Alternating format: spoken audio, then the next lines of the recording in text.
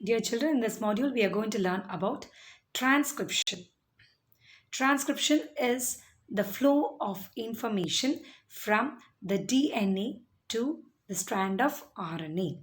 And this process is called as transcription. So let us learn in detail about transcription. It is a process of copying the genetic information from one strand of DNA into RNA. That is the first important point to be noted. We know there are two strands of DNA. In replication, both the strands were acting as a template, and both the strands information was copied into two new strands. Whereas in the case of transcription, only one DNA strand is acting as a template, and the information in one strand is copied down into a strand of RNA. So we know there are two different nucleic acids. Here it is DNA and RNA. And the basic difference is with regard to the pyrimidines. In DNA it is thymine, whereas in RNA it is uracil. So when information from DNA is copied into RNA, the adenine form base pairs with uracil and not with thymine, because thymine is absent in the case of RNA. So these are the nucleotides which is present in the RNA strand. So the substrate are the adenine, guanine, cytosine and uracil. The second point we have to note is the enzyme. The enzyme over here in the case of transcription is DNA dependent RNA polymerase. In the case of replication, it was DNA dependent DNA polymerase. Whereas here it is DNA dependent RNA polymerase. Why it is DNA dependent RNA polymerase?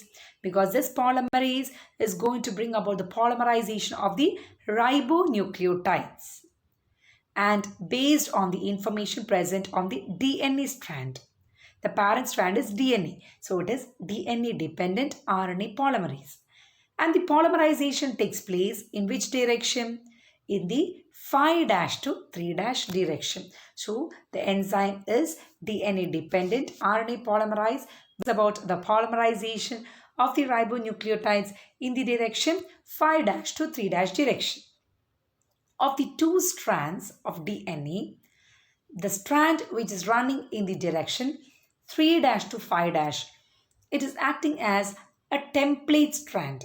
So the template strand is the parental strand which is running in the direction 3' to 5', and the other strand, the complementary strand, which is running in the opposite direction, that is 5' to 3', it is acting as a coding strand.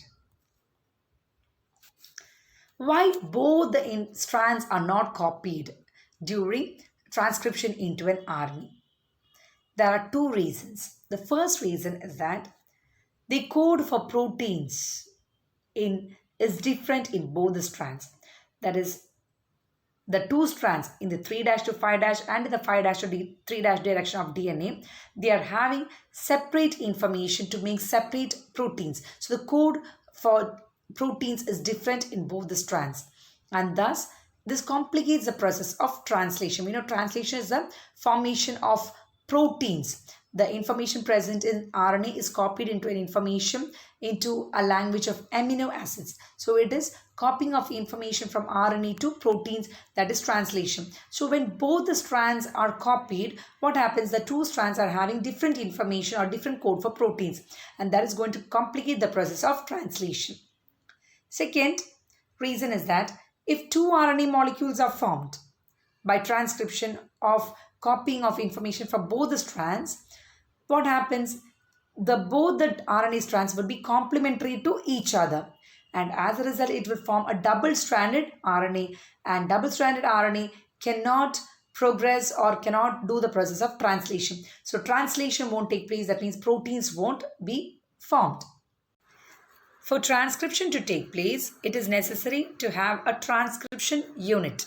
So let us learn what is a transcriptional unit.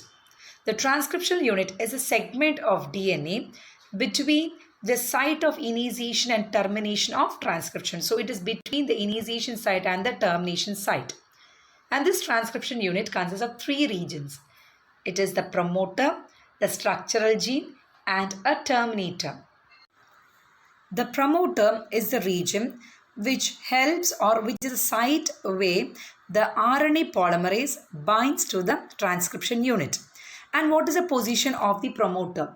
We can see it is situated at the 5' end of the coding strand. All the references to the position of the promoter and terminator or the structural gene, everything is done with reference to the coding strand. We know coding strand is running in the 5' to 3' direction. So the promoter is located at the 5' end of the coding strand. That means it is upstream or before the structural gene. The terminator is the site where the transcription stops, and it is located at the 3' end. It is a 3' end. That means it is located downstream. The promoter is located upstream and the terminator is located downstream. Both the promoter and terminator is nothing but a stretch of nucleotides. It is a strand of nucleotides which initiates and the other one terminates the process of transcription. And the main part is the structural gene. It is located between the promoter and the terminator, and it is that particular position where transcription takes place. So a transcription unit consists of a promoter, a structural gene, and a terminator. A gene is a functional unit of inheritance. It is nothing but a segment of DNA which has information to make a particular RNA. These RNA can be of three types. It can be the mRNA for the messenger RNA, rRNA for ribosomal RNA, and tRNA for transfer RNA. So gene is a segment of the DNA which has the code for an RNA.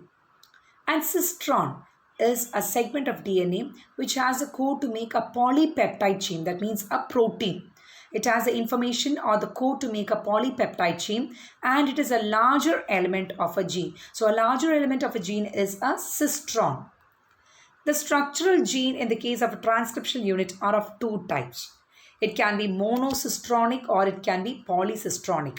It is monocistronic and polycistronic whether it is the structural gene which is present in the prokaryote or eukaryote. In the case of eukaryotes, the structural gene is monocistronic. That means it is in the form of split genes.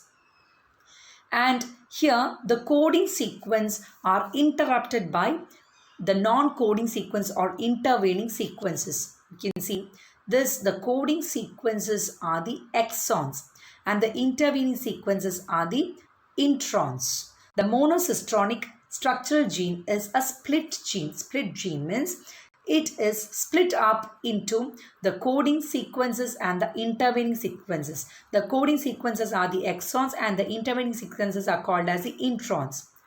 In the case of an mRNA, when the information from the DNA is copied into an RNA, only the exons appear in the mRNA or in the mature mRNA.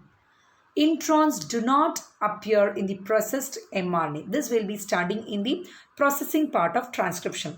Just you have to remember right now that in the structural gene, in the case of eukaryotes, a split gene, it is monocistronic, in which the coding sequences is interrupted with the intervening sequences, and in a processed mRNA, that is the final stage of the mRNA, only the exons are present and the introns are absent in a processed mRNA.